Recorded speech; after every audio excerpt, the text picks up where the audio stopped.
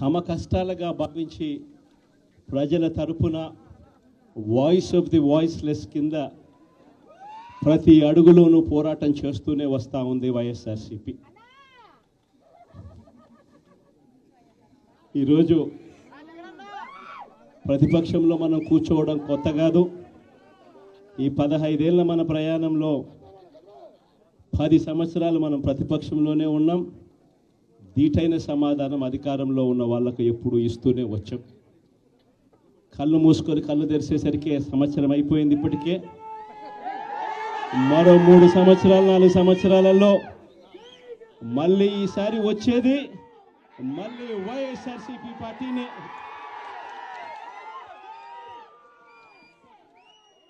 ఈరోజు వైఎస్ఆర్సీపీకి సంబంధించిన ప్రతి కార్యకర్త కూడా గ్రామంలో ఉన్న ఏ ఇంటికైనా కూడా వెళ్ళొచ్చు.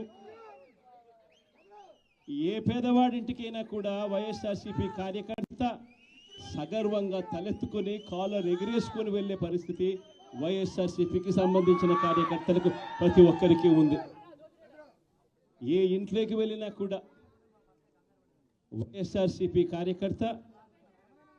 కార్యకర్తను చూసినప్పుడు ఆ ఇంట్లో నుంచి వచ్చే ప్రతి అక్క, ప్రతి చెల్లెమ్మ, ప్రతి అన్న, ప్రతి తమ్ముడు, ప్రతి సోదరుడు, ప్రతి రైతన్న, ప్రతి అవ్వ కూడా వైఎస్ఆర్సీపీ కార్యకర్తను చూసినప్పుడు చిక్కటి చిరునవ్వుతోనే పలకరిస్తుంది. కారణం వైఎస్ఆర్సీపీ ఏదైనా కూడా చెప్పిందంటే చేస్తుంది అన్న నమ్మకం ఈరోజు ప్రతి ఇంట్లో కూడా ఉంది. కాబట్టి ఈరోజు అటువంటి పరిస్థితుల మధ్య ఈరోజు యాదృచ్ఛికంగా విద్యా దీవెన, వసతి దీవెనకు సంబంధించి, పిల్లలకు సంబంధించిన అన్యాయాలకు సంబంధించిన, జరుగుతూ ఉన్న అన్యాయాలకు సంబంధించిన విషయాల మీద ఈరోజు యాదృచ్ఛికంగా ప్రొటెస్ట్ కార్యక్రమం కూడా జరుగుతూ ఉంది. ఈ కూటమి ప్రభుత్వం వచ్చి దాదాపుగా 10 నెలలుగా వస్తూ ఉంది. ఈ 10 నెలల కాలంలో ఎన్నికల వేళ వాళ్ళు చెప్పిన సూపర్ 6లు, సూపర్ 7లు అన్నీ గాలికి ఎగిరిపోయాయి. వ్యవస్థలన్నీ కూడా చదువులు కానీ, వైద్యం కానీ, గవర్నెన్స్ కానీ, వ్యవసాయం కానీ ఏది చూసుకున్నా కూడా వ్యవస్థలన్నీ కూడా నిర్వీర్యమైపోయిన పరిస్థితులు కనిపిస్తూ ఉన్నాయి. ఈరోజు పిల్లలకు సంబంధించిన ఫీజులకు సంబంధించిన బకాయిలు కూడా సంవత్సర కాలంలో ఫీజు రీఎంబర్స్మెంట్కు కావాల్సింది ఒక్కొక్క క్వార్టర్కు 700 కోట్ల రూపాయలు చొప్పున, సంవత్సరానికి 2800 కోట్ల రూపాయలు విద్యా దీవెన కింద 4 క్వార్టర్లకు సంబంధించిన కేటాయింపులు చేయాలి. అంటే 2800 కోట్లు. వసతి దీవెన కింద ప్రతి ఏడాది ఏప్రిల్ మాసం వచ్చేసరికి 1100 కోట్ల రూపాయలు కేటాయింపులు చేయాలి. అంటే గత ఏడాది ఈ 1100 కోట్లు, 2800 కోట్లు, ఈ రెండింటికి సంబంధించి 3900 కోట్ల రూపాయలకు కేటాయింపులు చేసి, ఖర్చు చేసి పిల్లల చదువులను ప్రోత్సహించాల్సిన పరిస్థితిలో ఈ ప్రభుత్వం చేసింది ఏమిటి అనంటే కేవలం 700 కోట్ల రూపాయలు మాత్రమే ఇచ్చి చేతులు దులుపుకున్న పరిస్థితులు. అంటే 3200 కోట్ల రూపాయలకు సంబంధించిన బకాయిలు పెండింగ్లో పెట్టారు.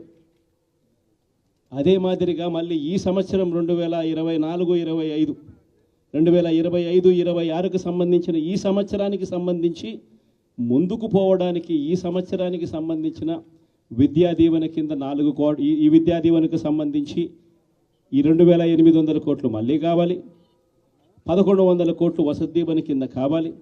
ఇవన్నీ కూడా కలిపితే మరో 3900 కోట్లు.